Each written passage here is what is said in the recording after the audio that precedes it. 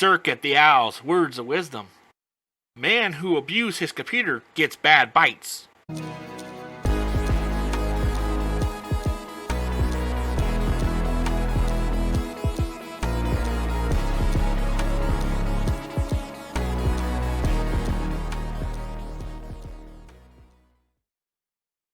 Alright, welcome back to another episode, another high-octane episode of Zero to Hero. I'd like to give you a warm welcome back. As y'all know, this month is August, and we are currently at now 28 years of Power Rangers being on the air, and now that Hasbro has the toy line, they have dubbed August Power Month and are doing super cool releases almost every day for the whole entire month. So as of week 1, they did a couple toy reveals, and honestly pretty cool. We want to keep the ball rolling on that. We want to talk about a couple seasons today, about some super cool crossovers, team-ups. We want to go into a little bit of the Boom Comic Studio with the TMNT crossover with the Power Rangers, and give a little insight of why they are releasing the toys off the comics. And returning guest today is going to be none other than my brother Jim, and also the owner of Headset Radio. And what's going on over there, Jim? Oh, it's nothing but work, more work, and I mentioned some work, but Oh yeah, that's life nowadays. Yeah. Tax, and then even more tax. You work, you get taxed, and you go to sleep. That's what it is. That's what it is. But I am happy to be here, because I like talking about this kind of stuff. Nerd. Oh, I know what I am. Calm down. All right. Nerd. Oh, thanks. Great. I'm proud of you, man. I'm proud of you. So as I don't know if you saw the reveals, but basically I think I sent the screenshots to you of the reveals as they were released at like noon every day. You blew my phone up every day about it. Just blowing like 6 messages, easily 6 messages per release. I had to get the word out here, buddy.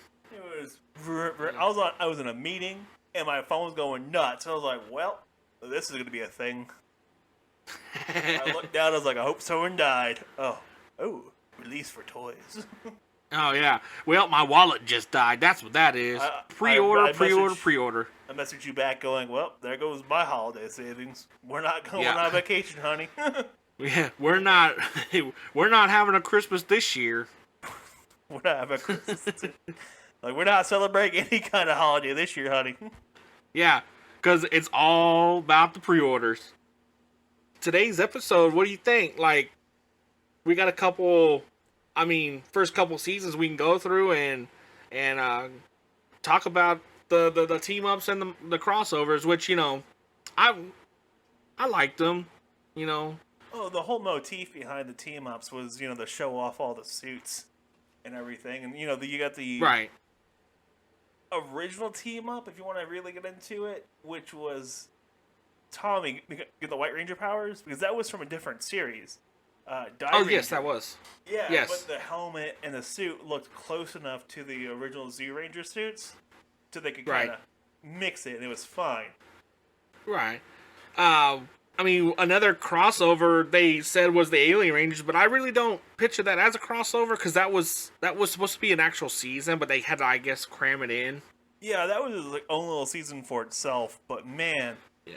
10 episodes I think it was? I think so. What were the people they were going to call the Aquanauts or something? Aquatarians. They're from Aquatar, and they were Aquarians? No. Aquatarians? They sounded ridiculous. That's what it was. They sounded terrible. They literally sounded like they were underwater the entire time. I get the motif behind that, but no. Let's not do that again. That hurt my hearing. Yeah, the constant gestures they were doing, the twitching and stuff was very cringeworthy. As kids, we didn't think nothing about it, but now that we rewatch it, it's a little cringy. As an adult, you're like, how? Okay. Yeah. Like, I get where you're going with man. that, but stop it. Yeah, man. So I mean, I guess like the first season that we really watched with the crossover, I guess, was like the MMPR, and we did watch a little bit of Mask Rider 2, Oh my god, and Mask it was Rider. pretty cool to see that the Mask Rider and well, yeah, they basically teamed up, like they went to the planet, and Oh yeah, they went to Alpha's home planet. I think it was. yeah, Alpha's planet, yeah, Alpha's home yep, planet. Met the Mask Rider, which was Prince Dex. Yeah, yep, Prince Dex, and the planet was actually Adoni, Adoni. A something. Well, I remember it got blown up. Oh no. Yeah, into the I think it was like, what, 2 episodes, 2 episodes of crossover. Sort of Light to transfer the powers over during the pay dispute between the no, that was after that. So they're getting the Sword of Light for something, but they needed that, and they got out of there as Serpentera blew it all up. And Right. Oh, right. That was the first time we actually ever saw Serpentera too. Right. What was the? No, we saw Serpentera a little bit before that, with because you had the Thunder Rangers or the Thunder Megazords that fought Serpentera. Oh wow. One Yeah. time, Yeah. and the big drawback is it runs off D batteries. No. Like barely, like I ran off D's. The grandfather of Dex, was actually the creator of Alpha 5. Pretty cool. That's a nice little crossover bit. Right. Well, we're doing crossovers, so you got to kind of stick in the motif, right? Right. We can't really get into the new stuff that's coming out. Oh no. But yeah, that was pretty cool to see as a kid, to see 2 different genres of TV shows get together. Yeah, because Mask Rider, like they were trying to. Saban was trying to get another show like Power Rangers going, and so they had Mask Rider, and that was only one of the other Saban series Power Ranger knockoffs that crossover Power Rangers. Because, well, if you want to count the later season of TMNT, but not right now, that was the first one we had, which was Mask Rider, and then Mask Rider, like, right after that, came to Earth, and he did his own thing for 1 season. A whole 1 season. Yeah, and wasn't there another show that kind of tried to do like a Power Rangers theme when it was like VR Troopers? Oh yeah, VR Troopers. Tommy was supposed to be the lead of that show, but he was too popular in Power Rangers as the Green Ranger. Hence, so when he left for a little bit, that was when he was supposed to leave permanently and go do the other show. And, but he became a fan favorite, and they stuck him on as the Green Ranger, and now look at him. Jesus, 28 years later, he's only known as the Green Ranger. Yeah, right? Oh, man, terrible. Yeah. Life must be terrible. There's an interview with, when the first movie came out. He's talking about, they're asking, like, what's the worst thing you have to deal with, like, as a Power Ranger? He's like, well, as a father, I have to deal with stepping on Legos. Oh, yeah. He was like, Legos. Stepping on them in the middle of the night. No. I mean, as in, like, so the Mighty Morphin Power Rangers were on for 3 seasons, and I think we only got 1 crossover with Mask Rider. I thought we'd at least had 2. Well, that's the only way we had was Mask Rider. Yeah, that was it. Yeah, but I think that's all we had for at that time in the 90s. Yeah, and that. The Alien Rangers aren't really a crossover. It's a 3.5 series. But they did have a crossover later on with Zeo, right? Yes, they did. Not for very long. It was probably like half an episode or like just a fight scene. It's 2 episodes, man. Yeah, I know there's 2 episodes to it, but they only showed up to fight like in one of the episodes. Yeah, they only showed up but into the second episode. Didn't like the really story behind it because we kind of like lost Billy. That whole thing, as a character. Yeah. The whole thing behind the scenes, what happened with him was just rough. Like, I do not blame him for leaving the show at all. I get what happened. That was really, really shitty of the whole situation.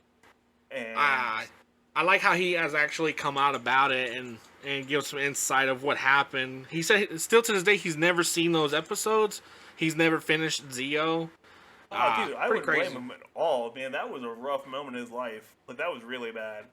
And he's such a nice guy too, and I feel really, really bad because it's a series that a lot of people love, and you have, this dark history of abuse and everything else behind the scenes with him in particular.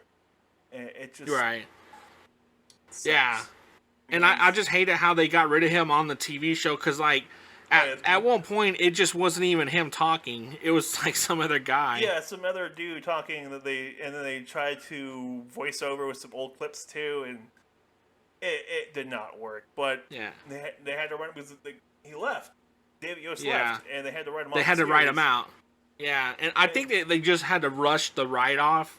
And to this day, I kind of think that the Zeo crossover is, like, one of my most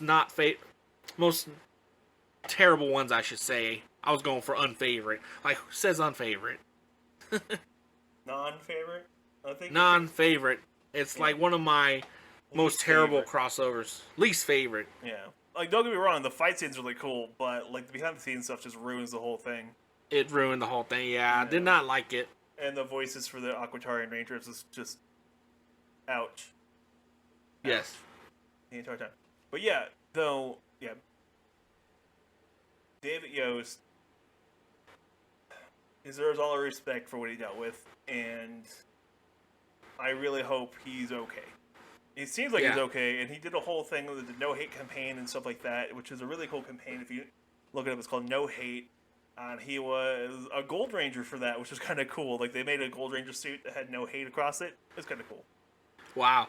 Yeah. I like how they I like how he has stuck with the whole for the fans. Like, he'll go to cons and stuff, and because the fans didn't screw him over. Saban did. Yeah, Saban did. Saban, the production studio, screwed him over. The fans love him. He also starred in some fan made films too, I guess. Yeah, he did a bunch. He's really open with the fans and everything else, and I thoroughly enjoy the fact he's such a likable guy, and he's always working with the fans and doing stuff with them, and he's promoting things, and just a decent human being. Love that he's still around though. Right? With the Power Rangers theme. And the next series that had crossovers was the In Space. They kind of like skipped over the whole Turbo. Turbo had no crossovers at all, none, because Turbo was terrible. The production behind Turbo was iffy. Like, half the people who wrote for this show wanted to be dark, and the other half wanted to be lighthearted, because they were going off of Power Ranger. Yeah, Power Ranger. And Power Ranger was a joke series, and it was great over in Japan, but over here, they either wanted it as a lighthearted show or a really dark show. And they couldn't figure out what they wanted with it, because they changed but they changed writers, like head writers, halfway through the show. And so they didn't know how to handle it, and it just kind of, we got what we got. Poor writing quality, because Turbo got off the movie, and then they had different writers, and then and they were trying to do the Ranger switch as well, because they even told Jason David Frank, Tommy, that he only had like 15 episodes he had to do, and he was done. All the main cast were just done with the show right then, because they want to do other projects, and so they were done. And so the writers had different ideas, and it was a big clash. And we got the show we got, and then you got to In Space, which had the most crossovers up to that point. But they had a very great writing staff who was like, "Oh, this is our last series we're ever going to do. We're going to go all out. We're going to have a great time with this." And yeah, I'm happy they gave us TJ. TJ was a great character. Yeah. Carlos was a great character. Cassie was fantastic. I do love Carlos, though. Yeah, Carlos was probably one of my favorite in that one. Because, he transitioned to In Space, and he was really good in Space as well. Yeah, same thing with TJ. TJ and Carlos both transitioned, and Cassie and Ashley all transitioned over. Justin stayed as in Turbo and on Earth. He was actually supposed to go, originally he was supposed to go with the Turbo Rangers, but they decided against it because he's the only one of that set of Rangers who still had a family that was known of in the show. Oh yeah. So would you think that he recruited a new Turbo team for that area, or? Well, I think the Turbo Rangers, the Turbo was destroyed with the Turbo Zords. Like, I know there's a fan theory that the Zeo crystals created the Turbo Ranger powers, but the next crossover we're going to talk about will be in a little bit. We're going to talk about the Blue Ranger crossover in space, and it's Mountain Blaster, not Mountain Blaster. You're right. That's right. Not Mountain Blaster. No, the car's name. Not Mountain Blaster. The other car. The Jeep one. Yeah, the Jeep. The Jeep had the morpher in it. Like, he had a spare morpher. It had a spare morpher, and the other ones didn't have a spare. So I think the power was linked to the Jeep. It wasn't linked to anything else. That's what I think happened. Okay. It's very complicated, but I think that there's no longer any of the Turbo Rangers but Justin, the Blue Turbo Ranger. That's it, because it's was the last one. Yeah. Right. Wow. Ooh, deep, right? That was deep. But yeah, so when the Rangers lost their powers as the Turbo Rangers, they went in space. They went in space with the Power Rangers equivalent of NASA, because Zordon apparently was in contact with them to just create a space shuttle that fits its stupid Astro Megazord, which makes no damn sense. So like they're and shoot like, these people. Oh yeah, into no, space. this big blue floating head talking about shooting these teenagers into space. All right, let's shoot some teenagers into space. Let's do it. Oh yeah, let's shoot teenagers into space. Yeah, in a robot. In a robot. Yeah, and just so happened that Andros was flying by. Just so happened is that Andros was flying by. I don't even know. Like, did they even end up on the moon? Where did they end up at? I have no idea. Yeah, I couldn't even tell you now. Not the moon, because with how Power Rangers works is in the TV show, the moon has air. Oh yeah, and gravity, normal like Earth gravity. But yeah, they end up somewhere. And then Andros showed up, and this is when TJ stepped down from the Red Ranger as Red Ranger to become the Blue Ranger, which sets us up for a transition from the Blue Ranger to the fact that TJ meets Justin as the Blue Ranger in that crossover episode with Justin, which is a great episode. Oh wow, okay, didn't even think about that, because now TJ was the Red Ranger in Turbo. Now he's the Blue, meeting Justin as the Blue Turbo. And wow, okay, I didn't even think about that. It's a great little crossover episode. They brought Justin back. Blake Foster brought him back. They showed him off. It was a great little crossover. Like, they showed him off. They had a little bit of fun. Both teams got a little bit out of it. There was no like one person's gonna win, one person's gonna lose. They had a lot of fun. And Blake, the guy who played Justin, looked like he was having a great time. And it had a great moment where Blake was like, "Oh hey, the Blue Ranger, who are you?" He's like, "Oh, it's me, TJ." He's like, "Wait, I'm the Blue Ranger." Yeah, wait a minute. I was gonna say before that crossover with Justin, we were introduced to the TMNT. What is it? The New Age Turtles. The next mutation. Oh my goodness. Yeah. I would give them props. The suits looked really cool, like the actor suits for the TMNT. Donatello is still my favorite. Yeah. Actually, fun fact about that too is that was the first ever time that they introduced a female turtle. Venus? In that. Oh, yeah. Man. Yeah, I remember her. She was no. A hard no. But yeah, no. So yeah, Venus got introduced, and it was that whole show. It ran for 2 seasons. It was, like, Saban was trying to have another hit like Power Rangers, like they did with Power Rangers, because Power Rangers is a huge cash cow. Like, they were trying to get into it and try to write it, and it was like, okay, cool, fair enough. But yeah, they introduced it, and they made it to where the fact that the Power Rangers and the TMNT share the same universe, which That's what I is, didn't really understand. Yeah, I'm like wait, they shouldn't share the same universe, but apparently they do, and it's trying to take their brains over, and they hijacked the Astro Mega ship, which is kind of funny. Yeah. And like, what was it when they first saw each other? Was like, wait, I thought the Power Rangers was just a myth, like in a comic book and stuff, and then vice versa. I don't get why this is a thing in the Power Rangers series. Is the fact that no one believes other Power Rangers existed, even though there's been multiple news stories about this. Multiple news stories and all the other stuff talking about how the Power Rangers saved the day, and there's giant mechas fighting giant monsters. What? Like How does no other team find out?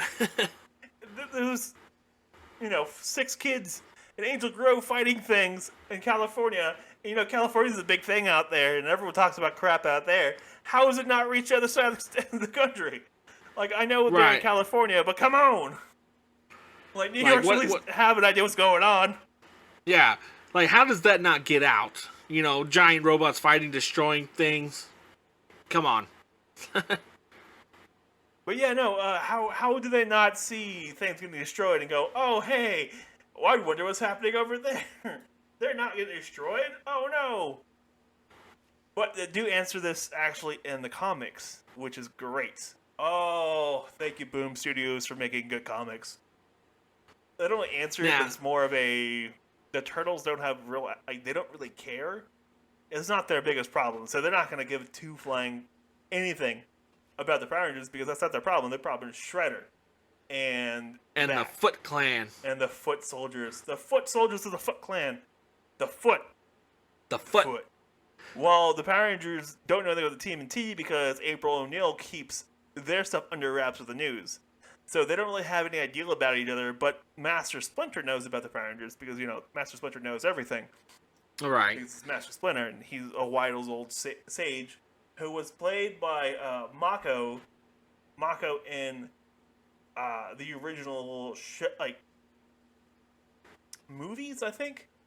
Mako, who was the voice actor of Uncle Iroh in the first 3 seasons of Avatar. Well, first 2.5 seasons of Avatar. Right. Yeah. Oh, wow. Yeah, Uncle Iroh, he's bringing a tear in my eye. Uncle Iroh, I love you.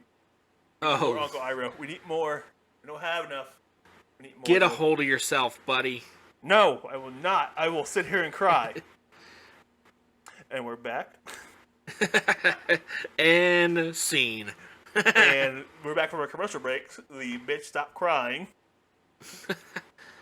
Oh, man. Oh, he was. He was it, yeah. Man. No, he died before his death. He was going to be the voice of Splinter in the new series that they were going on with.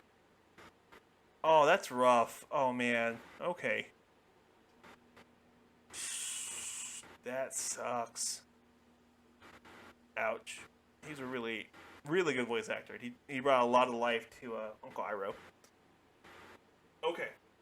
Oh, wow.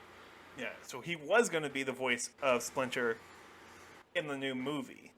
The movie or new series they were working on. Right. But he died during right before they made the announcement. And he died halfway between season 3 of Avatar: The Last Airbender. And that 3-part episode in that series was the tribute to him, where, the Soldier Boy episode. Well, at least you know about that, because I never watched Avatar. Oh, I think you would thoroughly enjoy it. If you like Power Rangers, you like Gundam and everything else, I think you would love Avatar. And It's a great little series. Korra is a good series too, but Avatar is short and sweet, to the point. You'll enjoy it. I recommend it to anyone who likes anime or animation and likes good stories, because it's a great story, great animation. It's good. You'll like it. Well, maybe I'll fit it into my schedule of things to watch. Okay, so that tangent went on for a while. That tangent was on there for a little bit. Yeah. So- The next one, and I think my personal favorite crossover in space was always a chance with the MMPR Black showing up. Oh, Or Adam. Yeah. Yes. Yeah, Adam That was came like back. my favorite. Oh, that was a rough Yeah. episode too because Carlos hurt Cassie, and then he has doubts of being the Black Ranger. He has doubts of being a Power Ranger, and that's hard because that's the first time you see any kind of PTSD in the series. Because it's the Yes. only time you ever see like the Ranger actually breaking down about the issues of hurting his friend, and it's not the first time it ever happened, but it's the first time you see a Ranger having an issue with it.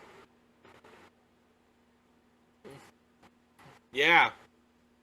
I mean, even my little work desk here has the Lightning Collection in space and MMPR Black posed together. Because I mean, geez, I just love the whole fight scenes with them together. Oh, that whole fight scene was awesome, And then the how suit he just, like, combo- The suit combos, the morphing with the broken morpher, Oh, just man. loved it. Johnny Young Bosch came back for it, and he did a great job. And like, so it was the first time one of the Rangers wanted to give up his powers to an old Ranger. Yes, out of exactly. Fear Yeah. of hurting somebody, and it was like, what? Like I said, it was when it was in space, so it was a really really hard series. Like it was their last big hurrah, and they wanted to go all out, and they wanted to show a little more depth to the characters. And Carlos got a lot of depth with that, and so did TJ in a different episode with the Psycho Rangers. But Carlos got a great character insight with Adam. I think I mean, like you told me before, like it was their last season, basically. Like Saban said, "Hey, this is it." I think that's probably why they went all out on these character developments throughout the season. Yeah, Cassie, Ashley, Andros, they all got great character development. But yeah, this crossover was fantastic because it had Johnny Young Bosch come back. You had some trauma. You had trauma. You had issues with the Rangers. You had a Ranger getting hurt. You had conflict. You had heck, Adam almost died. Alpha 6 is like, oh, if you use that morpher, you could die because it's no longer stable. It's cracked. It's no longer, you no longer have a stable connection to the morphing grid. And up to this point, you've heard a little bit about the morphing grid, and later on in the series, you see more about the morphing grid and how it's actually very powerful and very could kill people. Like it could change a robot to a human. Make that happen. It sure enough did. Yeah, it sure did. Make that happen. Like, it could do so many things. And Alpha 6 is like, yo, man, you can't use this because it can kill you because the morpher grid is that powerful and it's unstable. The reason why we used the morpher and the coin was the fact it was stable, and Ninja made them to be stable. Yeah. I liked it. That was like my favorite. Yeah, that crossover was fantastic. I loved it. It was really cool. Adam and Carlos back together because the last time you saw them together was the big attack in like halfway through the season of Turbo. You get that big attack they had going on, and Carlos was helping people get out while Adam was morphed, and he was like, "Oh, cool! This guy can replace me." Yeah, that's when that was the episode when they found their replacements. Yeah. It was hanging over a pit. Yeah. Oh yeah, that worked out. Mm-hmm. Yeah, speaking of all that, I mean, besides that, I mean, that's like one of my favorites, and then I don't know. The Destruction was the last one for Yeah. This Counter Destruction was so cool because you had. I like that one. Mm-hmm. Yeah, I like that because they actually exposed who they were to the people. Yeah, this is the first time the Rangers actually exposed themselves as Rangers to a group of people in the entire series. Didn't Bulk and Skull get into that too to like Bulk stand Skull, up? Yeah, Bulk and Skull had their biggest character arc moment of the entire series up to that point. Yeah, where they actually like, stood I'm up. a Ranger, and then everyone around them was like, I'm a Ranger too, to protect them, and that was so cool because up to that point, the Rangers were getting gratitude-ish.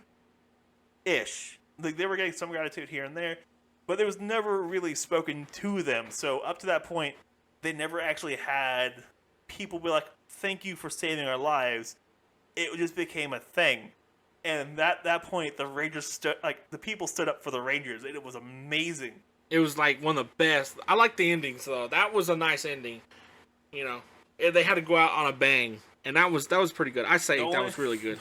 The only thing I have a problem with is the miracle tear of Andros curing Astronema of all her evilness by a tear. But KL-35, you don't really know what their biology is like. It's similar to humans, but not really similar that much. And also, like, he destroyed Zordon too, right? That's when we lost Rita, we lost Zed, we lost the Machine Empire. Oh, the Machine Empire was bananas. They were scary, and then we lost. We destroyed all evil in the universe up to that point, like all known evil. And so to that point. Yeah, so we had Lost Galaxy and everything else after that. But it destroyed all evil. We lost Zed. Zed, the scariest dude there was. Yeah. Zed was so scary. There was, like, parents wrote in about how scary Zed was. And so then they toned him down and they married him to Rita. No. Yeah, that's why I got married to Rita, because he was too scary. He was too scary by himself. By himself, he was too terrifying, and so Rita dumped him down. Jesus. Yeah. Oh, man. They had to make him more family friendly compared to what he was, because he opened up, just waltzed into the command center, was like, surrender or we die. Yeah. That's what it was. Like, I own you now. Bye. Anyway. Didn't they actually just release a comic like this week about like Zed's backstory? Yeah, but I don't want to get too many spoilers because I don't know if everyone's read the comics yet. But there's a lot of really cool Zed backstory in the comics, and I did not see it coming. It was awesome, and I'm not gonna say anything else. That's it. I gotta read it myself because I was actually interested in when I saw it. When I heard about that, I was like, oh wow, okay, I gotta add it to my comic list to read. It was good. It's very, very good. And that's what I'm going to say about it, because I don't want to spoil it for anyone, because it was fantastic. And I recommend the comics, because the comics are really good. Oh, wow. Now, like, speaking of comics, I mean, this last week in August, the first week in August, they actually, Hasbro came out with the TMNT Lightning Collection crossovers based off their comic counterpart. Oh yeah, the TMNT with April O'Neil and Shredder as the Green Ranger. Yes, and Tommy as a foot soldier. Amazing. Oh man, that was cool. Wow. Yeah, and even the comic was pretty good itself too. I liked how Shredder kind of basically hacked the Green Power Ranger coin. Oh yeah. Shredder hacked it and like bent it to his will. Shredder is terrifying, especially as a Green Ranger. That was horrible. And then he works with Rita too, only until like they get what they want, then he'll like destroy Rita. What freaked me out was I knew TMNT was a dark series. I've always known it was a dark series, and it's always been dark. I know I've said it like 3 times now, but it's a very not emotionally hurting, but like physically, like, oh wow, what? So like they change foot soldiers, like the elite clan, Foot Clan, they make them into putties. No, the humans into putties. They convert the humans into putties. That's right, they did. That happens, and like the Foot Clan sacrifices people to make them to putties. What? Like, up to that point, and then up to that point, like the Boom Studio's done some crazy shit, like they've gone through and they've made putties that look like humans and putties who act like humans, who think they're humans, who become putties, and that was creepy up to that point. But this is the first time it was humans to become putties.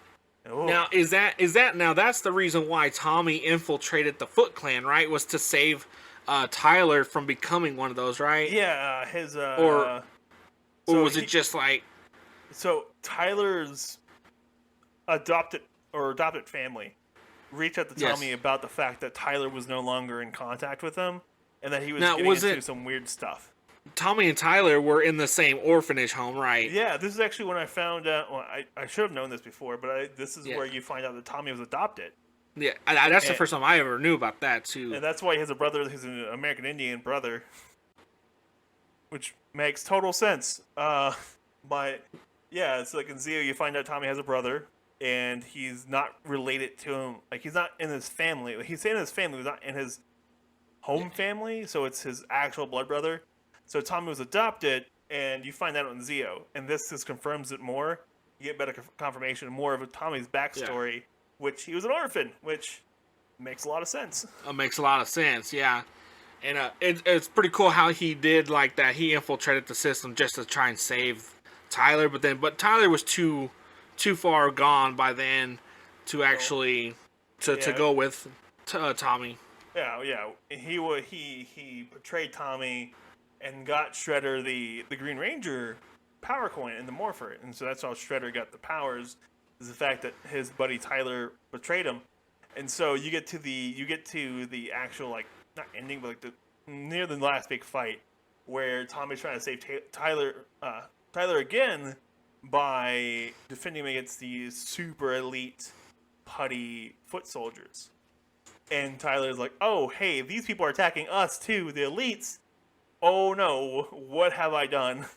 He's like, "Oh," because he realizes that he's just a sacrificial lamb. Like, he's just a number for them. He's not actually a person. I think that's when he found out that, you're right. That's such a rough part. Like, when you realize that you're not actually considered a person when you're in a cult. Oh, man.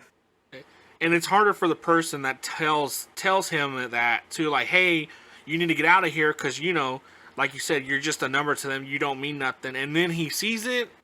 Yeah, I think that hurts the more. That hurts. Yeah, that hurt him really bad. And you're like, oh, man.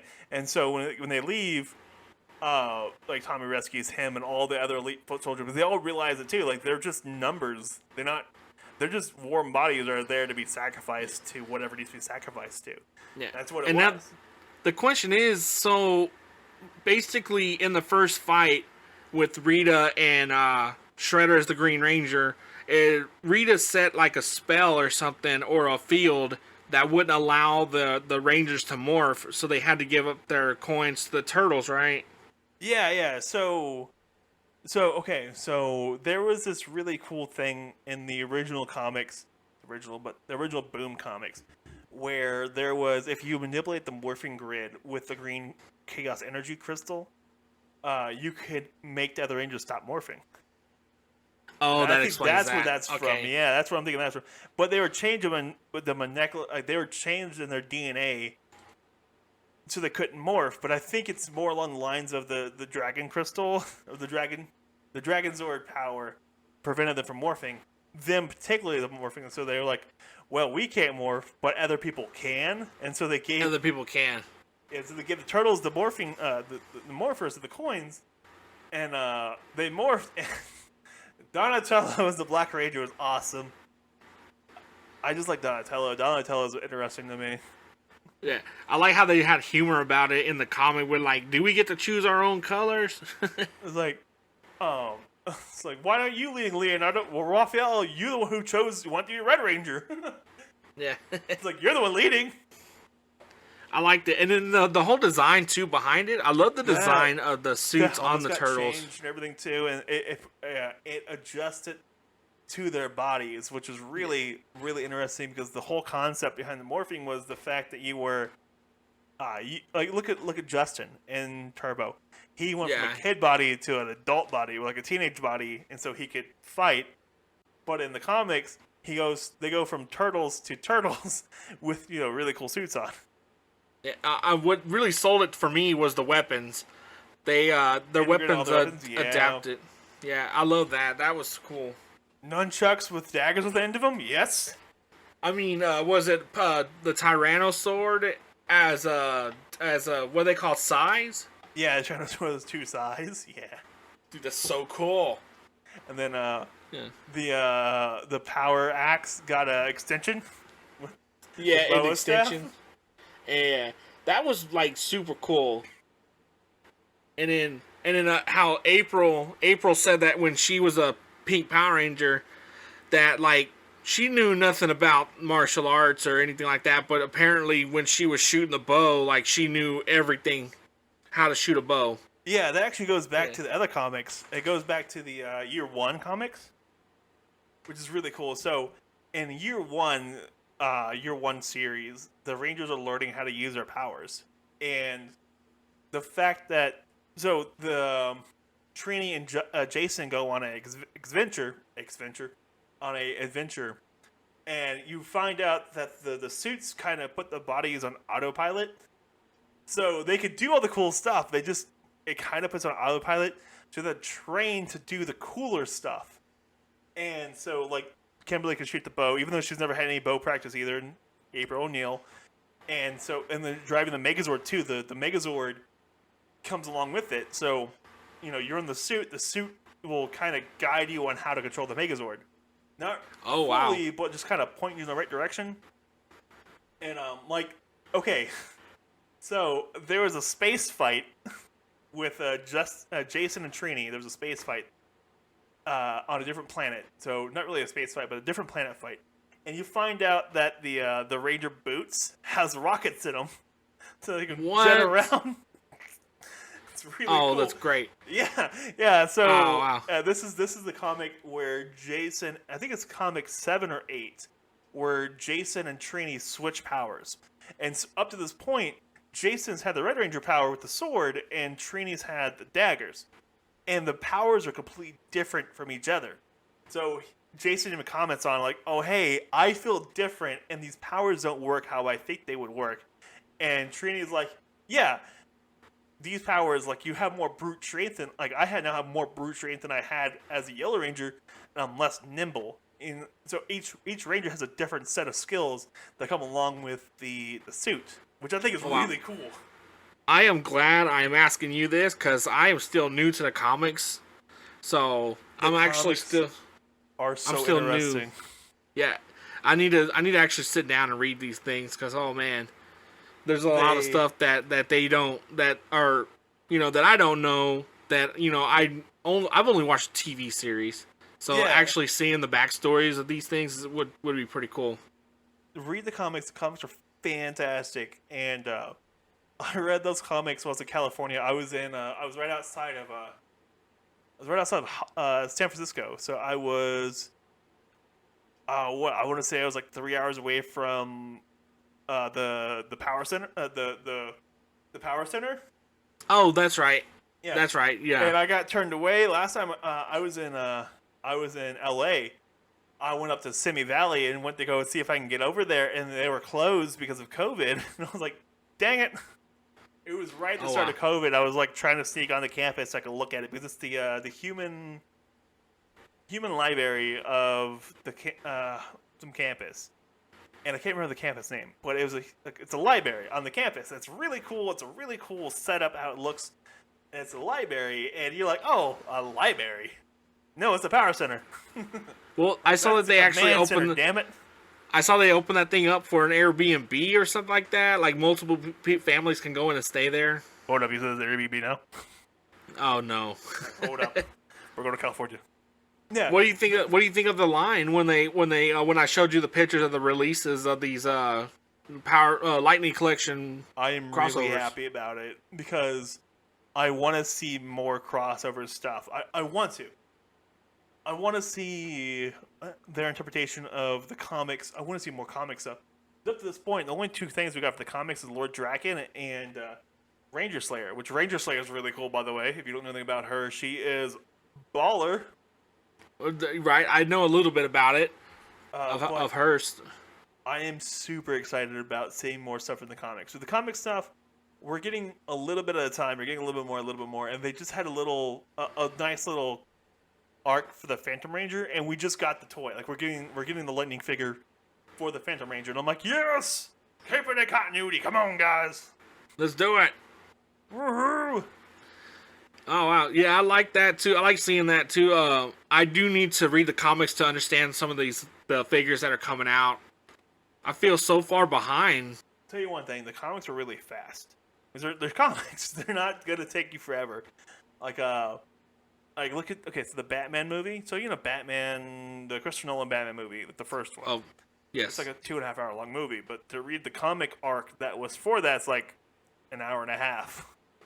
Oh no! So it's really short. It's like, oh hey, cool, I'm done. And then you watch the movie, like that's a lot more padding than I thought it was going to be. So comics go by really quickly. So you can churn through some comics really quick. So just pay attention when you read them. Pay attention to what's happening on the page, because even the speech bubbles are there, but there's still action within it. So just take a second, read it, yes, enjoy yourself. Because the comics are really, really fantastic, and they do a great job showing off the powers of each individual ranger and how each individual ranger acts towards. And they give so much character development to Zach, Trini, Jason. Billy gets a lot more character development too. Kimberly is no longer just a valley girl. Like, she got some character development, but she was still a valley girl. But man, she becomes a badass. So there's the Ranger Pink series, which was freaking cool. Holy shit! You get to see. Okay.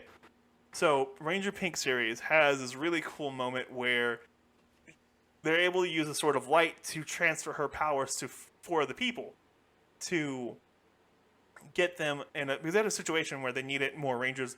The other rangers were off planet, so they're like, we can't send you the rangers. But Kimberly's still there with her pink power coin. Oh, she has a team, and like Zordon was like, well, we have your old pink power coin. We can let you borrow it. We can recharge it. You can use it again. And so they do that. She gets the powers, and then she splits up her power to fight for the people. So there's a whole team that are very similar to the Ranger team, but they all have pink stripes on them. Like the diamond in the middle has a pink outline to it. They look really cool. I'm not gonna spoil anything for this, but that's kind of how they get the Ranger suits and everything for it. And it looks really cool. And Kimberly's a badass. Like, that's all I can say. Kimberly's a badass, total badass during this, because she is so freaking cool, and it makes Ranger Slayer seem so much more possible when you see her be a badass in Ranger Series Pink, like the Pink series. You're like, you're sitting there like reading through like the comics, like, oh, Ranger Slayer. I don't really like. I could kind of see it, but kind of not. Seems like a really different kind of Kimberly. Then you read Series Pink, you're like, oh yeah, no, that could totally happen. Mm-hmm. Yeah, she's a badass. Mm-hmm. She reminds me of Jenny. Ginny, the pink Power Ranger from Time Force, who's a total badass. Oh, yeah, her? Oh, yeah, definitely. She's like, I'm in control of the situation. You're like, yes, ma'am. Oh, wow. Yes, you are. So, I mean, overall, like, you think the crossovers was, like, a good idea? The crossovers is a great idea. I think they're going to sell they're going to sell a lot of figures, because crossovers do very well. And what I've heard is they sold out like almost instantly. Oh yes, on Hasbro Pulse, I believe they sold out like within a couple hours of the TMNT figures as daily releases too. Like as they went day by day, they sold out day by day off of Hasbro Pulse. Dang. Because I remember when Draken got announced, like the Lord Draken version or Evo version, Evolution 3. That got sold out within 30 minutes. That was gone. Wow, that's the same thing with the Tyranno Century Knight too. Yep, that's another crossover too. That one was gone instantly. Oh, I want one so bad. Wow. I love the Coinless universe. I don't love it. I enjoy the suits from the Coinless universe. I think they are really, really cool. The Sentry suits and stuff. The Sentry suits are fantastic, because you got the blue the Blue Samurai Sentry, you got Gold Dino Charge Sentry, you have White Jungle Fury Sentry, Yellow Sentry, Pink Sentry, who's a sniper, that's cool, Red Sentry, Black Sentry, who are foot soldiers, who are like SWAT, they're like SWAT teams, and oh my god. I think the Coinless universe with Draken is just terrifying, because the Ranger suits are split up to different people, and they're slightly more overpowered, and slightly terrifying. Love it. I love the designs on those two. They're pretty cool. They are just yes. Well, as you are aware, these crossovers are pretty good. They sell, as you saw, Hasbro sold really well on the TMNT Lightning Collection crossover. I I think we can stop here for today on this episode, and we can either continue on to an episode later on down the line where we cover more seasons of these crossovers. I don't know. What do you think? I think crossovers are great ideas when they're handled correctly. When they're handled well, they're fantastic. And if we continue this conversation about crossovers, we'll dig a little bit into more worse crossovers that are out there, because there's some questionable crossovers later down the road that are either just toy cells or horribly handled, very badly handled. Maybe by then I'll have some comics under my belt that I've read. Oh, please do so, because the comics are fantastic. You will love them. They're handled very well. They take a lot of time to go through the continuity and make sure the continuity makes sense and the history is pulled correctly. Yeah, that's what I want to. I'm a little excited about, is seeing the history off the screen, like in the books. I want to see how things become of. Yeah, and I'll let you borrow the comics if you can't find them. Just let me know. All right, I got you. And I guess, like, to sign off on this one, if you like what you hear and you want to keep up to date with our podcast and our Morphing Grid memoirs, feel free to follow us at zeotohero.com. Or if you'd like to follow our Facebook page, we have a facebook.com/0, the number 2 hero. And definitely send us a message if you'd like to get on the podcast and speak your opinion and let us hear your thoughts about what you grew up with and what you like. And we can always sit down and chit chat about that. And I want to thank Jim again for hopping on another episode here with him and his Headset Radio company that does the editing and producing of our show, getting our name out there. Any last words, Jim? Yeah, I got a couple last words. If you find my body, do not call the police. No, I do have a couple last words. One of the big ones is, if you haven't read the comics yet and you have a chance to read them, I highly recommend them. There's a great YouTuber called The Comic Historian who goes through a lot of the year 1, year 2 comics from Power Rangers or Mighty Morphin. I don't see them touch Go-Go at all, but Go-Go's a great series as well. That's the one with the rocket boots, by the way. Oh, wow, okay. Read the comics, enjoy the stuff you enjoy, have a nice afternoon. If you have any questions about our company, you can head on over to headsetradio.com, or you can contact me directly at jim@headsetradio.com. If you want some help getting yourself off the ground and your own content you want to get working with, because that's what we do. We handle the new people coming on and want to do their own stuff and just don't know how to. We do that. We get you figured out and get you going. And my partner in crime is fantastic about figuring out what you want to do, and I'm good about getting it going. As a testament, that is true. Yeah, we're on Facebook at facebook.com/headsetradio. We're linked up, I think, with the Zeo to Hero Facebook. And if you head on over to our website, headsetradio.com, you can see what other projects we're working on, and other podcasts we're working on as well.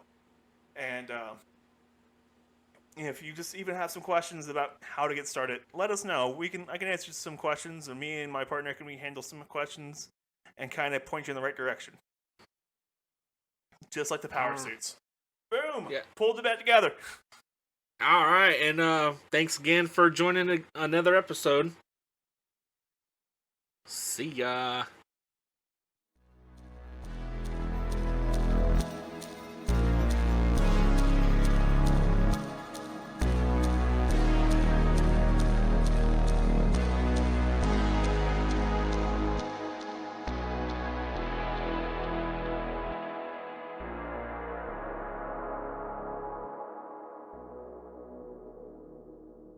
And I want to welcome back the one and only, my brother, Jim, also the owner of Headset Radio, who as well edits and puts my name out there. Well, how you doing, Jim? How was your day?